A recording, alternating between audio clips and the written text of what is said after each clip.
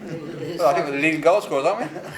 It's funny, we got a dodgy old scoreboard from somewhere at Yeovil, but it only went up to 9, and we played one of these. It was funny, we played one of these games against the local side, one of the non-league sides, and we were 10-0 up at half time, seriously.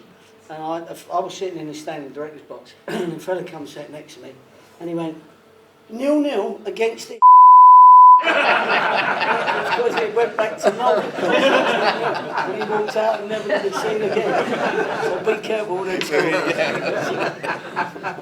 How will you treat the Brian Jacobs bequest in the accounts for next year? How will that fit into the accounts next year?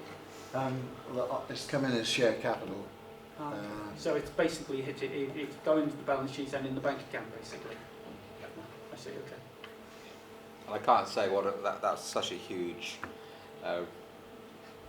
flip for the football club to have that and to sort out the cash flow in that close season. Absolutely massive for us. And I think we said at the trust meeting when that vote was made that we would do our very best to ensure that that acted as our overdraft, because there's no banks these days that will let any sporting activity go into overdraft. So it's really important to us, because certainly during the summer our cash flow is particularly difficult to manage. Yes, we have the season ticket income, but we have 3 months of trading, 3 months of people that we've got to pay. So it's going to become particularly important. It's still, just to reassure those in the trust here, it's still sat there.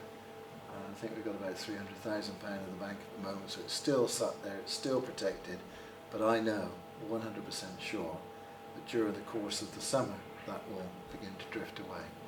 But hopefully will be replaced by League 2 season ticket sales. I mean, the pitch has been an issue, and it is pretty dreadful. And when we think of some of the brilliant pitches we've had in the past up here, will investment be put into the pitch this close season?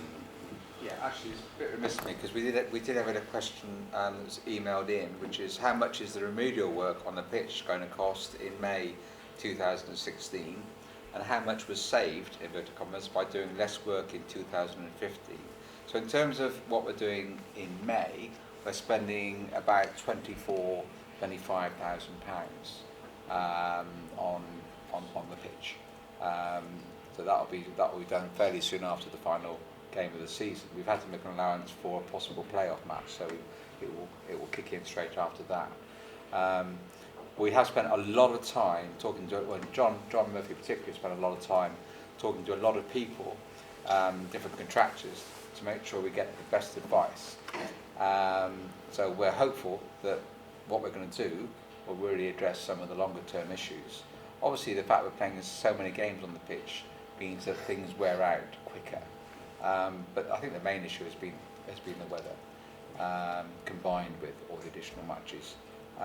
We're also, thanks to investment support from the trust, expending something like £10,000 in a new piece of equipment by part exchanging some existing equipment. We're spending £24,000 on some new equipment to help the groundsman properly maintain the pitch. And the good thing about that piece of equipment is, A, we're getting some cash from equipment we're no longer using, and B, we can hire out this piece of equipment to generate revenue for the club as well. So I think we're doing as much as we can. I think we've also got a new groundsman, and whilst Terry did a brilliant job, and we had many awards under Mike and then Terry, I think the new groundsman comes in with new energy, new impetus, new ideas, and certainly John, he's been brilliant, working with Gary down at the training ground, and Gary up here and John up here. So I think we can look forward with confidence that with this investment in the equipment and the work on the pitch, that it will be much better. And hindsight, I wish Gloucester weren't going to be here next year, but we are where we are with that. This will be the last year, and we are investing in the pitch to make sure that we don't have the mess that we've got here now next season.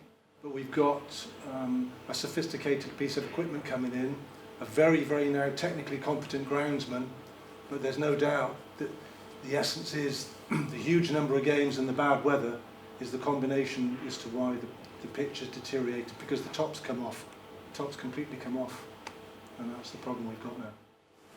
could be prevailing weather. How much do you expect to increase the playing budget if we do get promoted? Will Gary have a percentage Can't more to possibly spend? tell you that. I mean, He's done so well this year. Good question. You would have to increase the playing it's our priority. Our first team is our priority. We will put as much into that Can you first team use budget that as we £1 can. million for Sorry? that sort of purpose? Absolutely. When do new contracts begin? June, is it? New players? Yeah, it's We'll come back to July. training in July, 1st of July. July. The boys are paid up until June the 30th, and the new contract starts 1st of July. I think the thing is, Alec, it's also interesting to bear in mind, I think Paul had a figure, it worked out when we were in League Two. Would you say we were in the top 10 for budgets at that time, if I remember rightly? Was that about right? So I think we were 8th or something along those lines. We've got a few players involved in the England C team, I think. Is that right? Yeah. Yeah. I'm pleased for them because I'm sure anyone would like to represent their country. But and it comes at a busy period just before we're playing Easter, just with 3 or 4, game every 3 or 4 days. I just wonder what sort of management view is on that. Not the chairman's view, no. Sorry. Not the chairman's view. Well, funny enough, we, as a club, and I've got to be a little bit diplomatic, so you'll have to read between the lines a little bit. But we spoke to the 3 lads today. We spoke ourselves, a couple of directors, myself and Paul, the secretary. It's come at a very unfortunate time for the boys and for us. Yes, we're all honoured that 2 of the lads have been selected and Munsey on standby. But during that week, you're right, that's probably one of the most important weeks of the players' careers, because they're all young lads, and one of the most important weeks of our club's season, if not history, as far as getting back into the league.